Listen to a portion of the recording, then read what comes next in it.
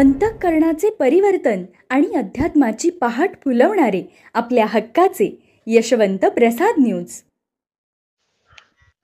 पुंडलिक वरदा हरी विठ्ठल, श्री ज्ञानदेव तुकाराम, पंढरीनाथ भगवान की जय. परमहंस सद्गुरु श्री यशवंत बाबा महाराज की जय. पार्वती पते हर हर महादेव हर.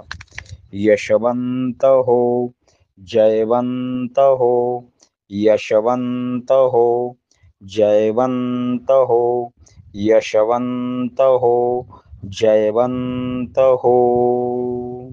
सज्जन हो, आज 24 मार्च. आजच्यासाठी श्री सद्गुरु यशवंत बाबांचे सुवचन म्हणजे, पंढरीशी जारे आल्यानो संसारा, दिनांचा सोयरा पांडुरंग भाग 2. प्रत्येकाला आनंद देणे पांडुरंगांना भाग पडते आणि तो आनंद प्रत्येकाला देतच असतो, कारण तो आनंदाचा सम्राट आहे. म्हणून तर महाराज पंढरीचा आग्रह धरायचे. कुरोली येथून ओम परमहंस सद्गुरु श्री यशवंत बाबा महाराज यांची दिंडी सुद्धा पंढरपूरला जाते. तो महिना असतो मार्गशीर्ष. बऱ्याच जणांची जाण्याची इच्छा असते, पण जे खरे असतात ते बाहेर पडतात. अशाच एका दिंडीच्या वेळेला एक शेतकरी समाधी समोर उभा राहून म्हणतो, महाराज, दिंडीला तर जायचं आहे, विहिरीत तर पाणी थोडसेच आहे, रोज 2 सारे पाणी पाजत असतो, पण आता जर दिंडीला गेलो तर 10-12 दिवसामध्ये पीक वाळून जाईल. काय करावे काही सुचत नाही. पण त्याने मनाशी निश्चय केला होता, पिके वाळू द्यात, पाणी आटू द्यात, काय व्हायचं ते होऊ द्यात, मी पंढरीला बाबांच्या दिंडी बरोबर जाणार. घरी पोहोचला. दिंडी उद्या निघणार होती आणि अचानक आकाशात ढगांनी गर्दी केली. रात्री 8 ते 10 वाजेपर्यंत धो पाऊस कोसळत होता. प्रत्येक क्षणाक्षणाला तो शेतकरी बाबांची लीला आठवून डोळ्यातून पाणी गाळत होता. हे महाराजा, तो सत्य संकल्पाचा दाता नारायण आहेस, तूच माझा विठोबा आहेस, तूच पंढरीचा पाटील आहेस.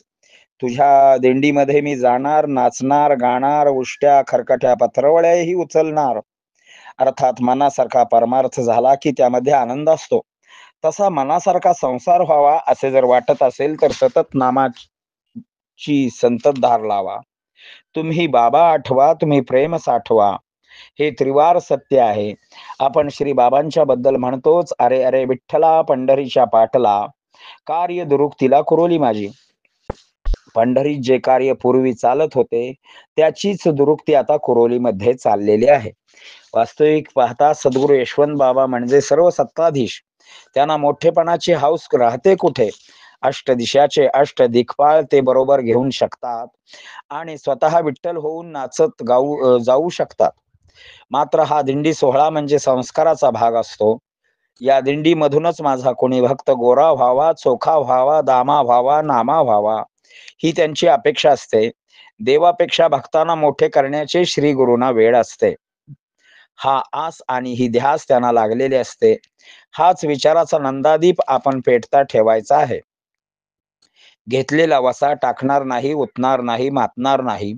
नियमाने, नेमाने, निष्ठेने हृदयापासून जोपासना करणार व त्यात आनंदात मरून आम्ही अमर होणार. यासाठी श्री गुरूंची धडपड असते. या दिंडीमध्ये तू माऊली, मी माऊली, हा माऊली, ही माऊली, असे माऊलीमय वातावरण झालेले असते. विखाराना तिथे थारा नसतो, विषयाचा तिथे चारा नसतो. हे संस्कार साधण्याचे करण्यासाठी श्री महाराज पंढरपूरला जाण्याचा आग्रह धरीत होते. वारकरी जसे स्वतःहून आपल्यावर नीती नियम आणि बंधने घालून घेतात, ही त्यांना दिलेली शिकवण आपल्याही भक्तांच्या गळी उतरवावी. ते जसे आनंदात स्वतःहून पंढरपूरला जातात, तसे सकलानी जावे. सर्वांना स्फूर्ती देणारा माझा गुरु विठ्ठल यशवंत कुरोलीमध्ये वाट पाहे उभा, भेटीची आवडी उतावीळ तातडी करीत असे. या न्यायाने सदैव सावधान स्थितीत उभा आहे. सद्गुरु यशवंत बाबा महाराज की जय. पार्वती पते हर हर महादेव हर. यशवंत हो, जयवंत हो, यशवंत हो, जयवंत हो, यशवंत हो, जयवंत हो.